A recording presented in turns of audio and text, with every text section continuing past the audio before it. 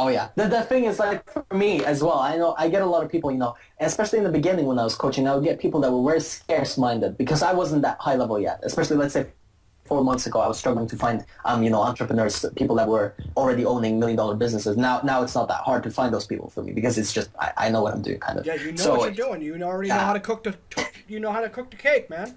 yeah, so I just keep cooking it over and over, Right. as much as I want. Right. But And that's beautiful. You're creating your that's own financial future.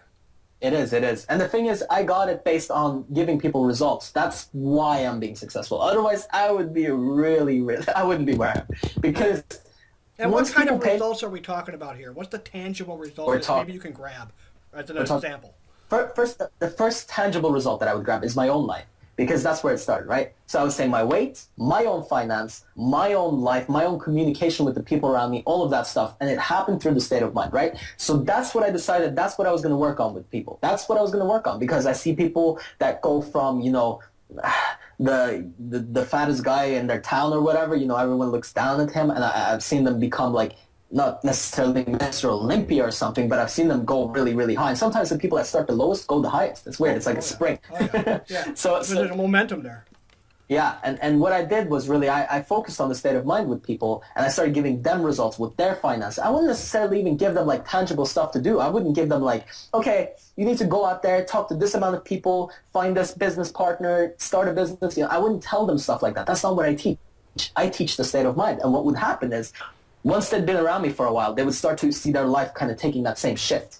Getting the same type of results, getting maybe even higher results than me, which is why I'm able to grow so much because sometimes my clients even outperform me in some ways, which is crazy. But I live to give. I don't live to take. I don't live to be the most successful human being or something. I'm not trying to chase success. I'm trying to give other people success too. I love to give. I love to inspire, motivate, and drive people to, get results. That's the thing. And I get to be king too in my world. And that's what it's important to me, right? I get to be king in my world. I get to be king. I get to have whatever I want. I want that too. I'm not saying I'm going to give everything I have and let everyone be happy and, I'm just going to be miserable and sacrifice myself for it. Well, that's the wrong belief. That's a weak belief. I take the belief of, I'm going to empower myself as much as possible, and then I'm going to empower people as much as I can. So if I empower them and they do better than me, I'm happy for that. I'm glad, people that have In fact, $1 that million should fuel your fire, yeah. Exactly, and that's the thing, right? I work with people that earn a lot more than me, they're bigger than me, whatever, and I like it because to me that's motivating me as well. And in fact, they're paying me, right? And they're paying for my help and my support and my teaching and my guidance and the implementation and improving and growing their mind. And at the same time, I grow too. So I love that. I love seeing people. Yeah, one thing I always told my kids is that if you want to get good at something quick, start teaching it right away as soon as you learn. Oh yeah. Yeah. You're exactly right. That's what I did, and that's what I continue to do. I always would. That's why I figured I have all the Tony Robbins tapes. I've got the Jim Rohn, Larry Wingate. I don't know if you know who he is, but he's hilarious. I've got a lot of that stuff, and it's been a great journey. I enjoyed it. It helped me keep my mind right. It helped me get through a lot of my pains and struggles. And I'm at this point in my life now where it's like I don't want to listen to it again for myself, so I want to listen to it for them. And that's where I'm at with the Mind Nutrition series. I don't know if you saw that on my channel. I just created this Mind Nutrition series, which is kind of like giving you something to visually look at to relax you, to relax this thing, so the information can kind of flow in. And I got music on it. Strange. You don't even how does the body how does a woman grow a baby inside? Right? It's crazy. You don't think about it. It's the best damn machine we got. Yes. I honestly believe all this is just a vehicle. It's a vehicle, man. And the thing is that your brain tricked you into thinking that's you. That's how smart that thing is. That's how smart your fucking mind is, man. It tricked you. And then it takes control of you. You think you're going to sleep? You think you're asleep. You're not asleep. The machine's still going, dude. You had to leave. Because if you don't leave once in a while, you're going to go in fucking insane. And that's why we dream. Right. You said it perfectly. That's exactly what it is. What you just said about people closing off, what Bill Hicks says, the people who want you to, be in fear, want you to lock your doors and put bigger locks on your doors. People who love think all of us are one. And that's how I'm seeing this medium is allowing everybody to become more one until we get to the next fucking thing, whatever that is. Maybe it's a chip in the eyeball. But for right now, this is where we are. And I think, for me, I'm not going to be here very long. I'm not going to be on this planet very long. I'm not. It's just not going to happen. But this shit that I'm doing right now with you, and in 30 years from now, 100 years from now, my great grandkids are going to be able to get to know me. You're right. You're right. But And that's that my means a lot. paradigm of That- thinking this technology is going to exactly. stay like this. It ain't. It ain't. The singularity No, is no. coming. It ain't. No, but people think that it's going to remain the same. And like you were saying, right? It's never that. It's never that. It's never going to stay the same. You're always going to grow. Like you look at your life, right? When you started, you probably were thinking something else than you're thinking now. It's almost impossible. You know, you were seeing technology back when you were younger and you were thinking, oh, this is what's possible. Now you see this and you're like, oh, this is what's Oh possible. no, now it pisses me off because I see everybody rolling around on the ground like fucking cavemen, and we could be flying around. If you saw the cell phone and the technology and how fast in the last 30 years, and we're sticking with 120-year-old technology, give me a break. That's friggin' oil. That's all that stuff going on. So yeah, technology, the ability, the shit that we're gonna see coming up because of this, the internet, is right now is just scratch the surface, brother. Yeah, exactly. It's still a little baby or a teenager. I don't remember how old exactly it is. I would say a tween. Yeah. Yeah, something like that. Something like that. Yeah. Because very, very young. it's exponential. Are you a follower of Ray Kurzweil at all? No, I'm not. Ray Kurzweil was a very interesting futurist, still alive today, working with Google, mapping out the brain. This man was responsible for blind people being able to read. You know. Wow. So yeah, Kurzweil talks about these things, and he talks about how, where we're moving technologically. I was like, okay, this is honest. Even if it sucks, at least I'm just talking, and that's it. You find it's a lot easier though to write every single day, and what, because you have to have an idea of what you're going to be talking about, right? You have to have a structure, don't you? Or like say, okay, but I don't. You don't. You just name it after you're done doing it. Okay. That's a shift right there when you said that. Okay. So, do you know Michael Jackson, right? A huge pop artist. Everyone knows Michael Jackson. I don't know, maybe. But this is what I meant to say.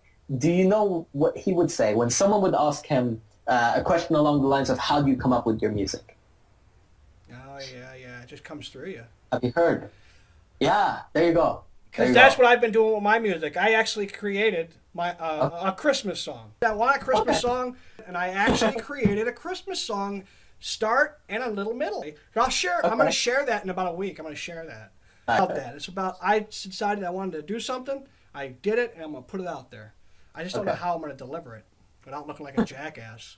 Yeah, that can be hard sometimes, especially. I am a jackass, and I'm trying to balance this jackassy with motivational guy, and you know what I mean. And once I went through this whole thing, it's literally not even noticeable. I just you keep weren't doing working out back then. No, I wasn't at all. It's all of that. It's the body, 5 days a week, no matter what, and usually it's around, an hour, 2 hours. So it's a commitment, and I don't know, like for you, you said you've gone through some different stages in your life. And I'm actually in a stage right now where I've decided, I was actually doing an experiment too, I was gonna put on a whole bunch of weight and then just take it off and show them, okay, this is what I did, this is how I said to freaking do it. And that's what I'm kind of doing now. So I'm in the process now of losing about 30 pounds over the next, I don't know, 3 months. Same thing, same as what I teach. And then I want to be able to point and say, this is what I did, and this is what I'm selling you. Mm-hmm. Mm-hmm. I like that. Yeah, definitely. If you're going to market, I mean, I wish I would have taken some before pictures, right? My belly was just ridiculous. And, really? And the stage that I'm at right now, you wouldn't see it on video, because you see a video, you're like, oh yeah, it was a little bit chubbier. No, you have no idea. Yeah. It was more like 4 chins. Yeah, wow. Yeah, it was more like. Wow. I have to go back and look. I did notice you had a chubbier face, and I noticed that all of a sudden I saw the tattoo, and I'm like, hey, when the fuck did he get a tattoo? God damn, I gotta watch that video. Damn, where is it? Yeah. I still haven't found it, but I will.